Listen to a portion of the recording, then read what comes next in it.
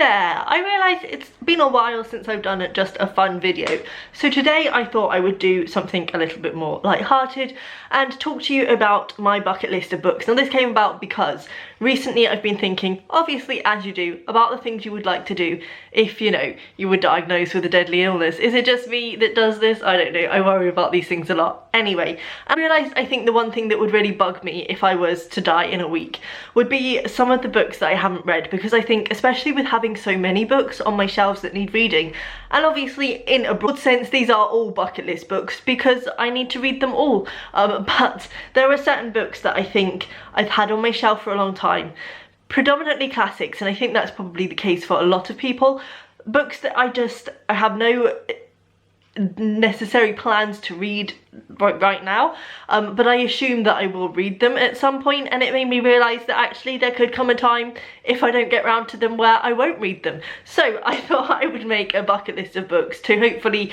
kickstart myself into perhaps actually reading them. So they are classics, and I think that's probably natural because I think classics are those books that we kind of assume that we will read at some point, and that have stood the test of time and are just part of the canon of our libraries, but that some of us necessarily, especially me, don't necessarily get to. They're all, with the exception of two, quite big as well. So I've got 5 books to talk to you about, so let's get straight into it.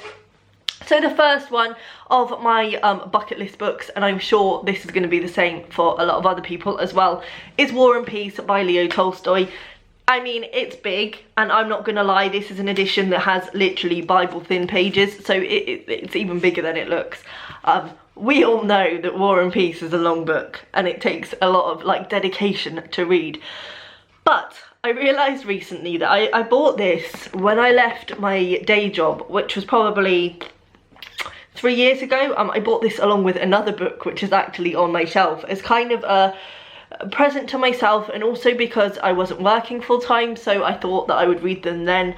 I didn't, and I have since made plans to read them and just haven't. I did take this away on holiday with me this year, but just didn't get to it. And to be honest, the difficult thing about War and Peace is that obviously it's set in kind of a snowy climate, and it's not necessarily the most summer-esque read in the world. I kind of want to read it when the weather's turning and the nights are getting drawn in, and you know, like this time of year, or winter would be, I think, the ideal time. I read Anna Karenina in winter and it was perfect.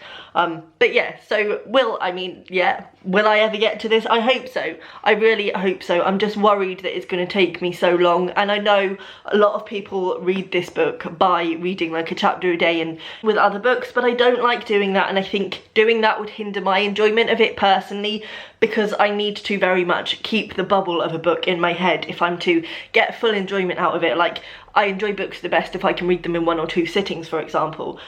So I don't want to ruin the experience. So any tips on how to get through War and Peace quickly? I don't like to spend either. This is the problem. I don't like to spend more than a week on a book because I get frustrated and I, again, start enjoying it less. So yeah, any tips would be appreciated. But if I die before I read War and Peace, I'll be very sad about it, honestly. Then, while we're on these editions, and as I say, I bought this book at the same time, or maybe a few days after I bought War and Peace, is Les Miserables by Victor Hugo. Obviously, I love the film. I don't love the play. I have seen the play. I didn't enjoy it, but I was very young at the time, so I don't think I understood it. But I love the musical film that they made a few years ago with Anne Hathaway and Russell Crowe, etc, etc. So ever since like my love of that film began, I want to read this. I really want to read it. Obviously it's not going to be like the film, I know, but I would really love to read it. I think it explores such interesting themes and themes that I care about. So yeah, I mean, it's not as big. I would say it's not as big as War and Peace. Again, this has got like Bible thin pages, and you know, I see them a lot in charity shops, and Les Miserables is normally split into 2 volumes, I think, and each volume is very big. So again, this book is not a like accurate representation of the size of this story. Yeah, I'd say I'm less desperate to get to this than I am War and Peace. I think War and Peace is definitely the one. It's the bucket list book. But this one also makes an appearance. Then a book that I am much more interested in getting to soon-ish. This has been at the top of my TBR for like ages. And that's Crime and Punishment by Fyodor Dostoevsky. this is not as thick, and actually holding this book compared to those ones, it is so light, and the writing is quite large as well. I don't think it's going to be as much of a challenge, although it is still big. So I kind of hope that I'll get to this by the end of this winter. I think that's going to be a goal.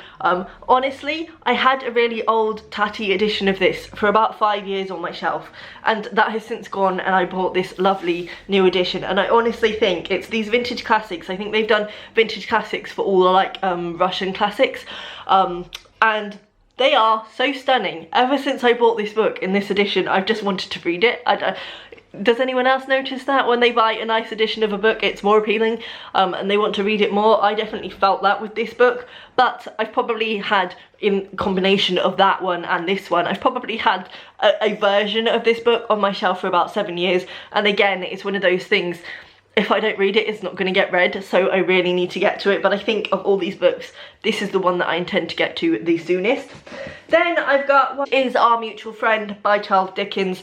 Again, it's not as thick as like the likes of War and Peace, but it is still quite a thick book, and this one has got tiny mini writing in it, so I think it's still going to take quite a long time. Obviously this came onto my radar because Katie at Books and Things adores this book, and I think I really will enjoy it, but again, it's one of those, it's big and I need to set aside a big chunk of time to read it. I think it'd be good to read during a holiday or something like that. I think this would probably be, correct me if I'm wrong, more of a holiday-esque read than perhaps War and Peace. I can imagine, because Charles Dickens is compulsively readable, I can imagine easier getting stuck into this than getting stuck into War and Peace, although Leo Tolstoy is more readable than you would expect, but I think Charles Dickens probably has that can't put it down aspect a little bit more.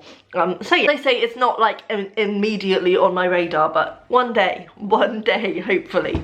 And then I've got, this is a bit of a cheat because it's 2 books in one, because I thought I would represent the author rather than a particular book, because this author in general is somebody that I want to read more of, and that is Virginia Woolf. Now, I have read Virginia Woolf. I have read both Orlando and Mrs. Dalloway.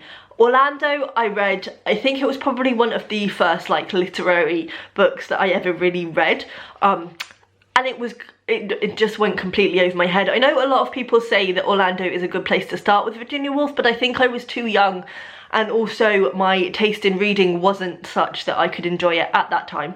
So I would like to reread that. Mrs. Dalloway as well, I read when I did like literary fiction and once I had started reading more books like that, but I still felt I didn't get it. Like, I got it, but I didn't get as much out of it as I was hoping I would. And I think I felt as though, and I can remember saying this in my review at the time, I felt as though it was a book that would be good to pick apart and analyse and write essays on.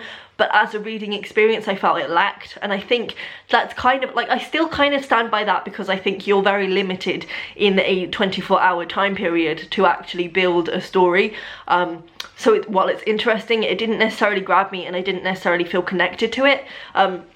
But I have 2 more Virginia Woolfs on my list of reading, which is The Waves and To the Lighthouse. I think To the Lighthouse probably pikes The Waves a bit in terms of the book that I think I'll read next by her.